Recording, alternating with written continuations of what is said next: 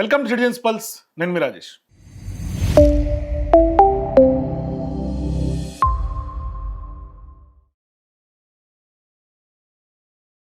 సహజంగా మనం రేవంత్ రెడ్డి గారి అనేక స్పీచ్లు చూసినా లేకుంటే ఆయన చర్యలు చూస్తుంటే రాజకీయంగా ఆయన ఎప్పుడు కూడా ప్రతి అన్ని అంశాల్లో యూటర్న్లే కనిపిస్తాయి.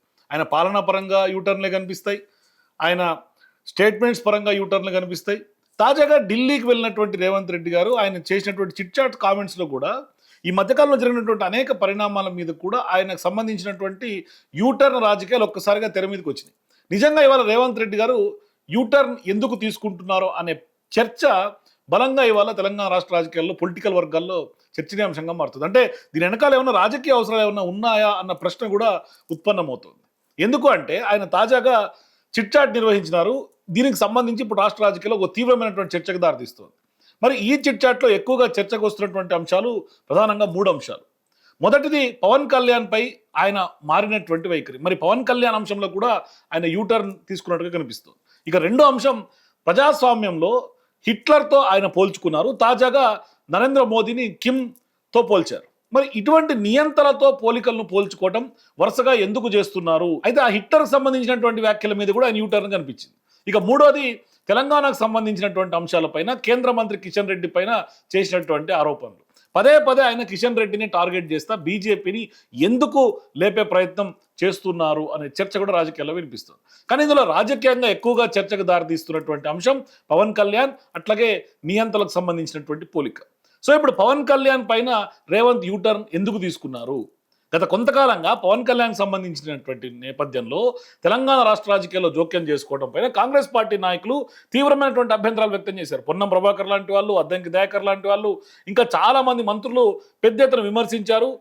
ఎవరి జాగీరని వస్తున్నారు అనే చర్చలు పెద్ద ఎత్తున ఇక వార్ ఆఫ్ వర్డ్స్ నడిచినాయి. కానీ ఇప్పుడు తెలంగాణ రాజకీయాలపైన మాట్లాడే హక్కు ఏమిటి అన్న ప్రశ్నను కూడా లేవనెత్తారు. అట్లాగే తెలంగాణ ఉద్యమం సమయంలో జనసేన ఎక్కడుంది అన్న ప్రశ్న కూడా లేవనెత్తారు. తెలంగాణ ఆత్మగౌరవాన్ని అవమానించేలా వ్యాఖ్యలు చేస్తున్నారని కాంగ్రెస్ పార్టీ నాయకులు పదే పదే పవన్ కళ్యాణ్ పైన విరుచుకుపడ్డారు. కానీ పవన్ కళ్యాణ్ సభలకు కూడా అనుమతుల అంశం కూడా రాజకీయంగా అతిపెద్ద చర్చగా మారింది. కానీ ఇప్పుడు అదే రేవంత్ రెడ్డి గారు, అదే కాంగ్రెస్ పార్టీ ముఖ్యమంత్రి ఎందరో తెలంగాణకు వచ్చి పోటీ చేస్తున్నారు, మేము ఎందుకో ఆపుతాము, పవన్ కళ్యాణ్ రావచ్చు, పోవచ్చు, పోటీ కూడా చేసుకోవచ్చు అంటూ కూడా ఆయన ఢిల్లీ వేదికగా చిట్ చాట్లో వ్యాఖ్యలు చేశారు. ఇవాళ ప్రధాన శీర్షికలు అన్ని పేపర్లు అదే వార్త. ఇక్కడే రాజకీయ విశ్లేషకులు కీలకమైనటువంటి ప్రశ్నలు లేవనెత్తు ఉన్నారు. నిన్నటి వరకు తెలంగాణ ఆత్మగౌరవం, ఈరోజు తెలంగాణలోకి పవన్ కళ్యాణ్ స్వాగతం. అయితే అసలు కాంగ్రెస్ వైఖరి ఏంటి అని ఇక్కడ క్వశ్చన్ చేస్తున్నటువంటి పరిస్థితి. అంటే జనసేనను రాజకీయ ప్రత్యర్థిగా చూసినటువంటి కాంగ్రెస్ పార్టీ ఇప్పుడు పవన్ కళ్యాణ్ను పోటీ చేయడాన్ని సాధారణమైనటువంటి ప్రజాస్వామ్య హక్కుగా చిత్రీకరించడం, పరిస్థితులకు అనుగుణంగా మారినటువంటి రాజకీయ అవసరాలకు ఏమన్నా అద్దం పడుతోందా, లేదంటే నిజంగానే అభిప్రాయం ఏమన్నా మార్చుకుందా కాంగ్రెస్ పార్టీ అనే చర్చ జరుగుతోంది. ఇక రెండో కీలకమైనటువంటి అంశం, హిట్లర్ నుంచి కిమ్ వరకు రేవంత్ పోలికల పైన అతిపెద్ద వివాదం జరుగుతుంది. మరి ఆయన మొన్న హైడ్రాకు సంబంధించి హిట్లరే స్ఫూర్తి, ఆ యొక్క హిట్లర్ ఫోర్స్కి హైడ్రా అని పేరు పెట్టుకున్నారు, అందుకని నేను హైడ్రా ఎనీవన్ కెన్ అసాసినేట్ అని ఆయన ఒక తీవ్రమైనటువంటి పదజాలంతో నియంతలాగా మాట్లాడినటువంటి వ్యవహారం. మరి ఇప్పుడు తాజాగా చిట్ చాట్లో మరోసారి తీవ్రమైనటువంటి చర్చకు దారితీసినటువంటి అంశం ఏంటంటే రేవంత్ రెడ్డి చేసినటువంటి నియంతల పోలికలు.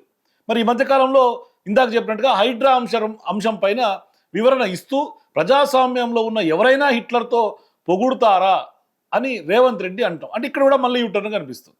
అంటే ఎవరితోన్నా హిట్లర్తో ఆయనే పోల్చుకున్నాడు, ఆయనే మాట్లాడాడు, మళ్ళీ చిట్ చాట్లో ఏమో ఎవరన్నా ప్రజాస్వామ్యంలో పోల్చుకుంటారా అంటాడు. అయితే గతంలోనే హిట్లర్ ప్రస్తావన పైన వచ్చినటువంటి విమర్శల నుంచి పూర్తిగా బయటపడక ముందే, అంటే డ్యామేజ్ రికవర్ కాకముందే ఆయన ఒక్కసారిగా యూటర్న్ తీసుకొని ఎవరన్నా పోల్చుకుంటారా అని జాగ్రత్త పడినట్టుగా యూటర్న్ తీసుకున్నట్టు కనిపిస్తుంది. అంటే ఏ విషయం తీసుకున్నా, రేవంత్ రెడ్డి గారికి సంబంధించినటువంటి పాలసీ మ్యాటర్లు తీసుకున్నా, లేకుంటే ఆయన స్టేట్మెంట్స్ తీసుకున్నా, ప్రజల నుంచి కానీ, తెలంగాణలో ఉన్నటువంటి సమాజం నుంచి కానీ, మేధావి వర్గాన్ని నుంచి కానీ ఒక్కసారిగా బ్లాక్ క్లాష్ అయ్యిందంటే ఖచ్చితంగా బ్యాక్ క్లాష్ అవ్వగానే ఒక్కసారిగా యూటర్న్ తీసుకోవడం రేవంత్ రెడ్డి గారి యొక్క స్టైల్ ఆఫ్ పాలిటిక్స్కి కేర్ ఆఫ్ అడ్రస్గా మారిందని చెప్పాలి. ఇప్పుడు మరోసారి ఆయన ఏం చేశాడు, హిట్లర్ది పక్కన పెట్టి మళ్ళీ చర్చను డైవర్ట్ చేసేలాగా ఉత్తర కొరియా అధినేతగా ఉన్నటువంటి కిమ్ జాంగ్ ఉన్ తోటి రాజకీయంగా కొత్తగా చర్చలోకి తీసుకొస్తూ ఉన్నారు. ఉత్తర కొరియాలో ఎన్నికలు ఉండవు, కానీ పోలింగ్ బూతుల్లోకి కిమ్ పార్టీకి సంబంధించినటువంటి బటన్ మాత్రమే ఉంటుంది. ప్రస్తుతం మన దేశంలో కూడా అలాంటి పరిస్థితులు తీసుకొస్తున్నారు అంటూ కూడా బీజేపీకి కిమ్ జోంగ్ ఉన్ ఆదర్శంగా మారారు అని ఆయన చేసినటువంటి వ్యాఖ్యలు. ఇక్కడే ప్రతిపక్షాలు చాలా బలంగా ప్రశ్నిస్తూ ఉన్నాయి. ప్రజాస్వామ్య దేశంలో ఎన్నికైనటువంటి ప్రభుత్వాలను పదే పదే ప్రపంచ చరిత్రలో ఉన్నటువంటి నియంత్రణతో పోల్చడం ఇది నిజంగానే సరైనటువంటి రాజకీయ భాషేనా? రాజకీయ విమర్శలు చేయొచ్చు, విధానాలను ప్రశ్నించవచ్చు, కానీ దానికి సంబంధించినటువంటి హక్కులను కూడా దేశంలో దానికోసం పోరాడవచ్చు, గలమెత్తొచ్చు. కానీ ప్రతి రాజకీయ విభేదాన్ని హిట్లర్ అని, కిమ్ తోటి ఇట్లా నియంత్రణ పేర్లతో ముడిపెట్టడం రాజకీయ పరిపక్వత ఏ విధంగా అవుతుంది? అంటే మన దేశంలో ఎవరూ లేరా? ఒక నాజీలకు సంబంధించినటువంటి హిట్లర్ను, లేకుంటే ఉత్తర కొరియాకు సంబంధించినటువంటి ఒక కరుడుగట్టినటువంటి నియంత్రణ పట్టుకొని వాళ్ళతో నరేంద్ర మోదీ గారిని పోల్చడం, ఈయనకీయన తాను హిట్లర్తో పోల్చుకోవటం, హిట్లర్ ఐడియాలజీ గురించి మాట్లాడటం. మన దేశంలో ఉన్నటువంటి మహాత్మా గాంధీ ఏమైపోయారు, నెహ్రూ ఏమైపోయాడు, కాంగ్రెస్ ఐడియాలజీ ఉన్నటువంటి ఇందిరాగాంధీ ఏమైపోయింది? ఇట్లా పెద్ద పెద్ద స్టాల్వార్ట్ లీడర్స్ మన దేశంలో భారీ స్థాయిలో మనం చరిత్రలో చెప్పుకొని ప్రజలకు, చిన్నపిల్లలకు కూడా పాఠాలుగా చెప్పినటువంటి లెసన్స్ ఉన్నాయి కదా, అటువంటి లీడర్లను వదిలిపెట్టి కిమ్ అని, హిట్లర్ అని ఎందుకు ఇటువంటి వ్యాఖ్యలు? దీని వెనకాల ఏమన్నా రాజకీయ ఎత్తుగడ ఏమన్నా ఉందా? దీని వెనకాల ఏమన్నా రాజకీయంగా లబ్ధి పొందుతామంటే ఏం లేదు. దానివల్ల కాంగ్రెస్ పార్టీకి డ్యామేజ్ అవ్వగానే మళ్ళీ ఆయన యూటర్న్ తీసుకుంటాడు. ఇవాళ నరేంద్ర మోదీ గారితో కిమ్తో పోలుస్తున్నారు అంటే కిమ్కే నరేంద్ర మోదీకి ఏం సంబంధం? మరి రాజకీయంగా ఇవాళ నిజంగా కూడా మాట్లాడితే ఇవాళ ప్రాంతీయ పార్టీల మీద బీజేపీ కక్ష కడుతోంది తప్ప జాతీయ పార్టీగా ఉన్నటువంటి కాంగ్రెస్ పార్టీ మీదేమీ కక్ష తీర్చుకున్నట్టుగా ఏం కనిపించట్లా. ఆయన చెప్పినటువంటి ఆయన స్టేట్మెంట్లోనే మనం దాన్ని కొంచెం అనలైజ్ చేస్తే ఆయన ఏమంటున్నాడు? ఇతర పార్టీల సింబల్స్ ఉండవు ఉత్తర కొరియాలో, కేవలం ఆ యొక్క కిమ్ సంబంధించినటువంటి పార్టీ సింబల్ మాత్రమే ఉంటుంది అంటాడు ఆయన. మరి అలాంటప్పుడు జాతీయ పార్టీ అయినటువంటి కాంగ్రెస్ పార్టీ గుర్తు కూడా ఎన్నికల సింబల్గా ఉంది కదా. కాకపోతే వ్యవస్థల్ని ఆ విధంగా నరేంద్ర మోదీ గారు ప్రజాస్వామ్యంలో ఆయన అధికారాన్ని అడ్డు పెట్టుకొని వాడుకుంటున్నారని ఆరోపణలు చేయొచ్చు, డెమోక్రసీని కిల్ చేస్తున్నారని ఆరోపణలు చేయొచ్చు తప్పితే డెమోక్రసీలో ఉన్నటువంటి వ్యక్తి డెమోక్రటిక్ కామెంట్స్ చేయకుండా అన్డెమోక్రటిక్గా అసాసినేట్ అనే పదం వాడటం, లేదంటే కిమ్తో పోల్చుకోవటం, హిట్లర్తో పోల్చుకోవటం, ఇటువంటి నియంత్రణ ఐడియాలజీ కరెక్ట్ కాదు అనేది ప్రజాస్వామిక వాదుల నుంచి వస్తున్నటువంటి ఒక విమర్శ. మరి దీనికి రేవంత్ రెడ్డి గారు చెప్పాలి, సమాధానం చెప్పాలి. ఎందుకంటే ఇప్పుడు అసలైనటువంటి చర్చ మొదలైంది ఎక్కడ అంటే మీనాక్షి నటరాజన్ గారికి సంబంధించినటువంటి నామినేషన్ అంశాన్ని ప్రస్తావిస్తూ గాంధీ వర్సెస్ గాడ్సే రాజకీయాలు పోయాయి, ఇప్పుడు గాంధీ వర్సెస్ కిమ్ పాలిటిక్స్ మొదలయ్యాయి అని ఆయన చేసినటువంటి వ్యాఖ్య. ఇది కాస్త ఇప్పుడు కొత్త వివాదానికి తెరదీసింది. మరి మూడో అంశం కిషన్ రెడ్డికి సంబంధించి ఆయన పైన రాజకీయ దాడి. మరి చిట్చాట్లో కేంద్ర మంత్రి కిషన్ రెడ్డి పైన కూడా రేవంత్ రెడ్డి విమర్శలు చేసినట్టు కనిపిస్తోంది. తెలంగాణకు రావాల్సినటువంటి నిధులు, ప్రాజెక్టులను అడ్డుకుంటున్నది కిషన్ రెడ్డి అని ఆరోపణలు చేస్తున్నారు. మొన్న కూడా అనేక సందర్భాల్లో మహారాష్ట్ర సీఎం అపాయింట్మెంట్ ఇవ్వకపోవడానికి కూడా కారణం కిషన్ రెడ్డి అన్నాడు. మరి ఐఆర్ఎఫ్సి రుణాలు ఎందుకు విడుదల కాలేదు అని ప్రశ్నిస్తున్నారు.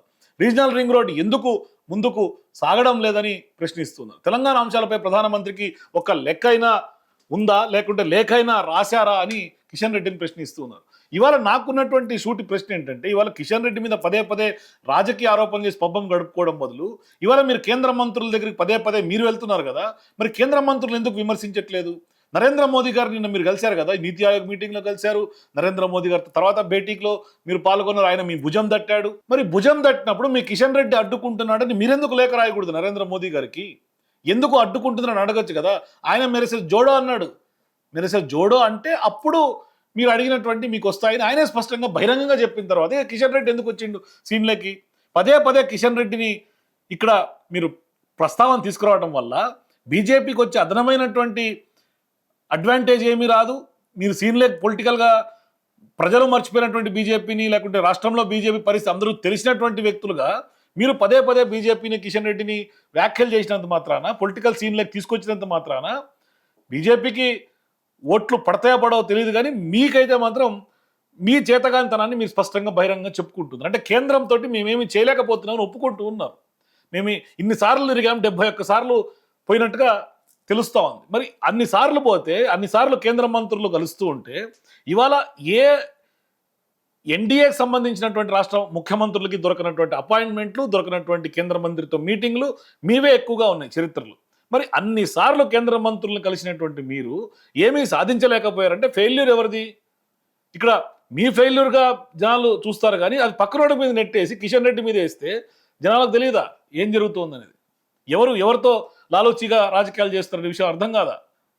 అయితే మరి ఇప్పుడు రాష్ట్ర ప్రభుత్వం అధికారంలోకి వచ్చి 2.5 ఏళ్ళు దాటుతున్నా రాష్ట్రం సాధించినటువంటి విజయాల కంటే కేంద్రం మీద చేస్తున్నటువంటి విమర్శలే ఎక్కువగా కనిపిస్తున్నాయి అనేది వాళ్ళ జనాల నుంచి వస్తున్నటువంటి ప్రశ్న. అట్లాగే ఇవన్నీ పక్కన పెడితే ఇవాళ క్యాబినెట్ విస్తరణ అనే చర్చ ప్రధానంగా తెలంగాణ రాజకీయాల్లో జరుగుతోంది. దాని మీద కూడా ఆయన నీళ్లు జల్లాడు. క్లారిటీ ఇచ్చారనుకోవాలా, యూటర్న్ తీసుకున్నాడు అనుకోవాలా, ఏం అర్థం కావట్లా. ఎందుకంటే ఆ విస్తరణ పైన కూడా ఒక స్పష్టత ఇచ్చినట్టుగా కనిపిస్తోంది. అంటే ప్రస్తుతం ఉన్నటువంటి క్యాబినెట్ సరిగానే ఉందని, ఇక ఇప్పటికిప్పుడు క్యాబినెట్ ఎక్స్పాన్షన్ అవసరం లేదని, విస్తరణ పైన ఎలాంటి చర్చ లేదని ఆయన కొట్టిపడేశాడు. మరి ఎప్పుడు చేయాలో అప్పుడు చేస్తాం అన్నది కూడా ఆయన చెప్పుకుంటూ వచ్చారు. కానీ ఇవాళ ఇప్పుడున్నటువంటి క్యాబినెట్ చాలా పర్ఫెక్ట్గా ఉందని, కాంగ్రెస్ నుంచి గెలిచినటువంటి ఎమ్మెల్యేలందరికీ కూడా మంత్రి పదవులు అర్హత ఉందని, కానీ వాళ్ళందరికీ ఇచ్చే పరిస్థితి లేదనేది ఆయన చెప్తున్నటువంటి మాట. దీంతో ఖచ్చితంగా ఇవాళ క్యాబినెట్ ఎక్స్పాన్షన్ అన్న చర్చకు కూడా ప్రక్షాళన, విభజన అంటే ఈ యొక్క పునర్నిర్మాణం, ఈ యొక్క క్యాబినెట్కి సంబంధించినటువంటి చర్చకు కూడా ఒక పులి స్టాప్ పడినట్టుగా అయిపోయింది. దీంతో ఇప్పుడు మంత్రి పదవుల కోసం ఎదురు చూస్తున్నటువంటి కాంగ్రెస్ పార్టీ ఎమ్మెల్యేలకు సంబంధించి కూడా ఒక నిరాశ మిగిలింది. వాళ్ళకు కూడా నీళ్లు చల్లినట్టుగానే సంకేతంగా మనం చూడాలి. మొత్తంగా రేవంత్ రెడ్డి గారు ఢిల్లీ పర్యటన, ఆయన చిట్ చాట్ చూసిన తర్వాత 3 ప్రధాన అంశాలు అయితే మాత్రం చర్చకు వస్తున్నాయి. ఇందాక చెప్పినట్టుగా పవన్ కళ్యాణ్ విషయంలో కాంగ్రెస్ పార్టీ వైఖరిలో స్పష్టమైనటువంటి మార్పు కనిపించింది. బీజేపీ పైన విమర్శల క్రమంలో హిట్లర్, కిమ్ దానికి సంబంధించినటువంటి నియంతల పోలికలు మరోసారి తెర మీదకి వచ్చింది. హిట్లర్ మీద ఆయన కొంత యూటర్న్ తీసుకున్నాడు. అంటే ఈయనని నియంతలతో పోల్చినటువంటి నేపథ్యంలో ఈయన నియంతల కామెంట్స్ నుంచి, అంటే ఈయన హిట్లర్ నుంచి పక్కకు తప్పుకొని దీని మీద యూటర్న్ తీసుకొని మోడీకి, కిమ్కి అటాచ్ చేసి పక్కకి ఆయన మీద నెట్టినటువంటి పరిస్థితి. ఇక అట్లాగే తెలంగాణ ప్రాజెక్టుల విషయంలో కూడా కిషన్ రెడ్డి పైన కొంత పొలిటికల్గా ఒత్తిడి తీసుకొచ్చే ప్రయత్నం చేసినట్టు కనిపిస్తుంది. కానీ రాజకీయంగా ఇప్పుడు ఎక్కువగా వినిపిస్తున్నటువంటి ప్రశ్న మాత్రం ఒకటే, నిన్న పవన్ కళ్యాణ్ పై అభ్యంతరాలు ఈరోజు ఎందుకు రేవంత్ రెడ్డి గారు స్వాగతం చెప్తున్నారు? నిన్న హిట్లర్ వివాదమైంది, ఈరోజు కిమ్తో పోలిక చేయటం, ఇట్లా ఇదంతా ఒక రాజకీయ వ్యూహమా, లేదంటే కనుక యూటర్న్ రాజకీయాలకి రేవంత్ రెడ్డి కేర్ ఆఫ్ అడ్రస్కి ఏమైనా మారారా? మీ అభిప్రాయం కింద కామెంట్స్ చెప్పండి. For more videos please watch citizens pulse.